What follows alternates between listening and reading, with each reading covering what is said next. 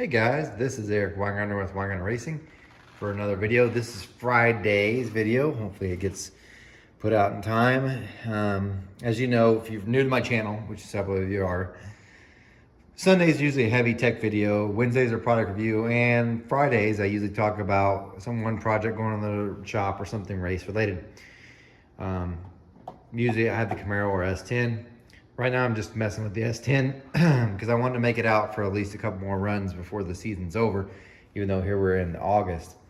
I don't like to race in the heat. Anyway, if you watched any of my other videos, you heard me complain so much about the headers. I hated the headers. Those headers. These are the new ones. Now, there is a whole bunch of stuff. I'm going to try to give you a little bit of tech in this so you can get some appreciation for it, as at least some help. But anyway, what I've done is I switched headers. Now these are, let's talk about what was on it first, and we'll talk about what these are, because there's a huge difference. If you watch my videos, you heard the exhaust tapping. I found it. So these are the headers that came off of it. These are Sanderson headers. They are 1 3/4 headers, but and they've got a 3-inch flange here. But if you look at the gasket, this is the driver's side, which, by the way, this is the one that houses the O2 sensor. You can kind of see what's going on. I did not think it was leaking here, but there was a little bit of clue that some gases were getting there, because if I pull off my valve cover gasket, which are the Moroso Permatorque Blue, I highly recommend that valve cover gasket. They don't leak. It was like, it looked like it was getting hot and turning like yellowish, and I figured it's because I wrapped them and they're hotter here. Well, evidently there must have been some leak through here. But the biggest one was right here. You see that? That's a better shot of it. That's where it was coming, which is all the way at the back near the firewall, which, by the way, if you look at it, you're not that far from the collector. So I kept thinking the collector was leaking, which this one wasn't, but the other one for sure was.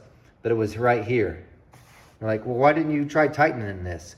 Sanderson, oh, I hate these headers. That's the header bolt right here. That's, I don't know if you can even see anything. There's your bolt. You can't get a socket in it. I know you're like, well, you wrapped it. No, it's like almost impossible, especially when the steering arm's on. So you got to take the steering arm off just to put it on. Horrible. Horrible. There's Sanderson, in case you're wondering. Hate this header. So I'm glad it's gone. Not to mention, if you look, well, these are shorty headers, but if you look at it, these headers, tubes here, aren't so bad. But that one's super short, like 3 inches maybe. All right, horrible. This is the passenger one. As you can tell from its gasket, it looks like it's leaking through the center a little bit, and the end one, but not bad.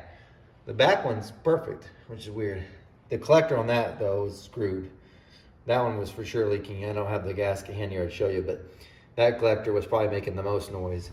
Follow closely by that deal. Anyway, that's what they were. By the way, if you want to buy these, I'll sell them. Probably really cheap. We'll go about $50 and you pay for the shipping, so it might be like 70.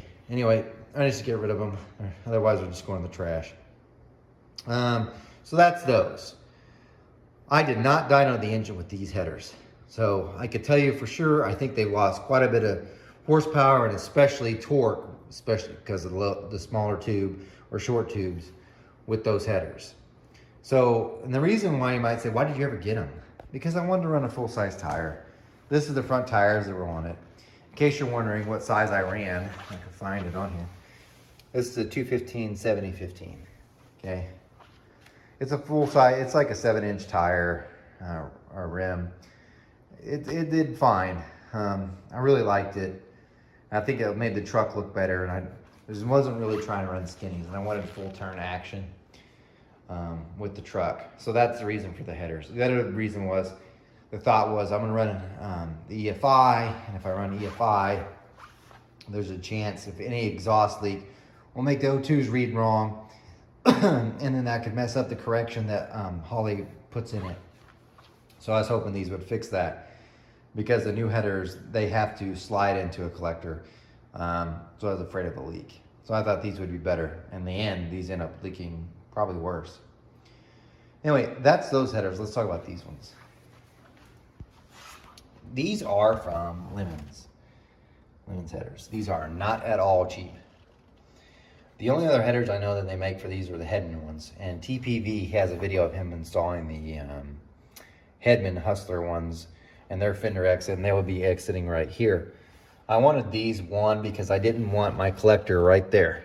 Okay, these are actually longer tubes than the Hedmans too. I'd say the Hedman's more mid-length. These are definitely long tubes. And the collector actually ends underneath, inside the frame. And I'll show you in just a second. I'll just show you now. You can see how the tubes wrap around the frame and then they exit there. Now they're not tightened up. I just want to see where I have to remove stuff to see if I have to get anything out of the way for these to clear. And for the most part, they clear. I have to move the brake line bracket, and I've got a firewall right here. It's just barely touching. And I mean just barely. It's probably not touching, but I'm gonna pound a little anyway. And then also, and I don't know that this is their fault, but I gotta switch the bolt around on this lower control arm, which you can't see. Put the nut in on the other side, not on this side, and then pound the tab in just a little, it's maybe a 30/2 of an inch. It's not really touching, but it's pretty close. So anyway, that's gotta be done. Okay, the headers themselves are a little different, and I'll tell you why I chose this. Lemons can make whatever you want. In case you're wondering how much did you spend on these headers, $2,300, and they're mild steel. You're like, oh my God. I would agree, but you'll see why they cost so much here in a second. They'll make whatever size you want, up to 2 1/4. The header size I have here are 1 3/4, and then it steps to 1 7/8. And these are a long tube.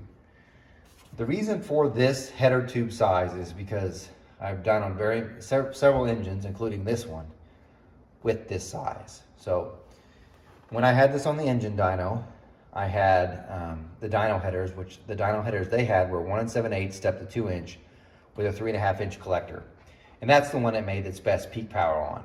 However, I'd also brought another set from Schoenfield. They were 1 3/4 step to 1 7/8, almost the same length as these, except for with the merge collector, which is the reason why these cost so much. And it was, I want to say 3 horsepower down, but it gained 12 foot-pounds of torque between, I want to say 4,000 and 52. After that, it pretty much matched the bigger header tubes. In other words, even though they're smaller, they do better.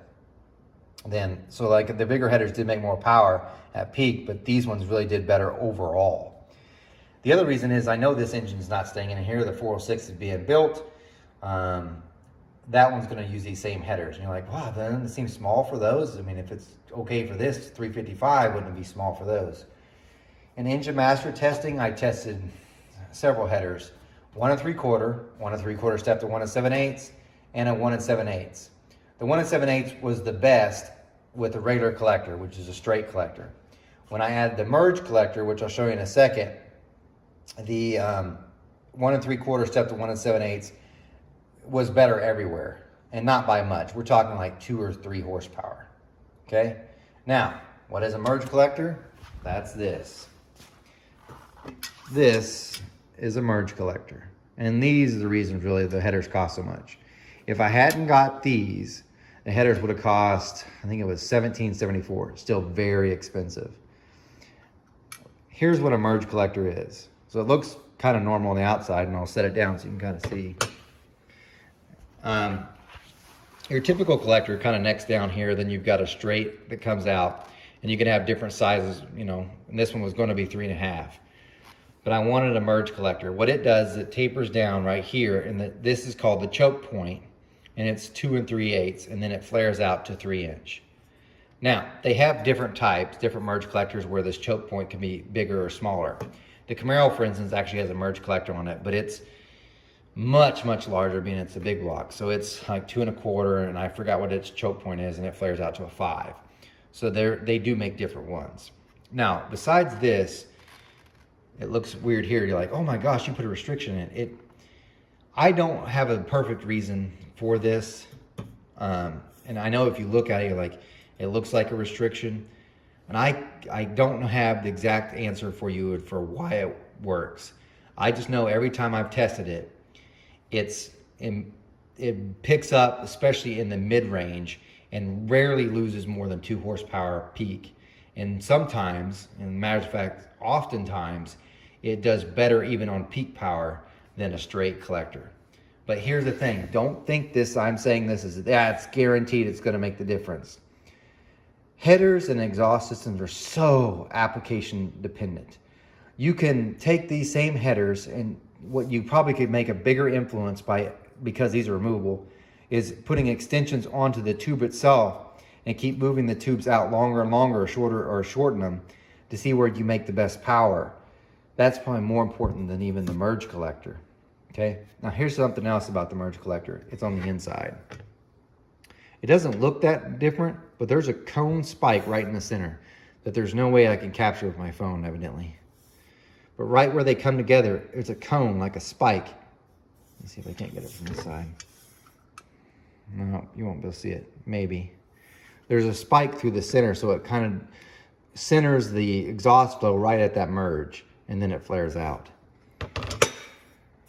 Anyway, that's what these are. So if you wanted to save some money and you didn't want to buy these, you could do with a straight one. Now, for those that think this might be worthless, I do plan later on to buy radar collectors because they're so much cheaper, because these were $580, just the 2 collectors. A straight collector is like $130 for a pair. These are, as you could tell, interchangeable, so I can change them out and put a different one on to test.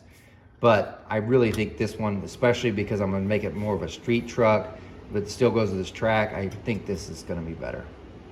Anyway, I can't begin to tell you how happy I am just that it will seal up, because I'm going to have a slip collector or a slip joint that goes over the top of this, and a band clamp that holds it on.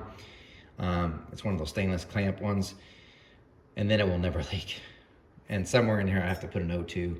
I'll probably actually put it out here on the extension. But anyway, that's the reason why the headers are so expensive. Now, the headers are not finished, and you might say, why aren't they done? Well, here's the downside. I'll go ahead and tell you. I can't run my regular tire. I have to go to a skinny. Now, this is the size one from, there it is, 26, 7.5, 15. And if I look, I've disconnected my steering arm, so I'm gonna turn my wheel. Steering box is looking a little rough. That gives you some clearance there. And there's about how much it's turned. So pretty good amount. But I will say this. I've got longer studs on the front of this tire, so I can bring it out. More likely, because the wheel's smaller, it's gonna look dumb, because it's probably gonna be further inside the wheel well. I'm probably gonna put a spacer to move it out.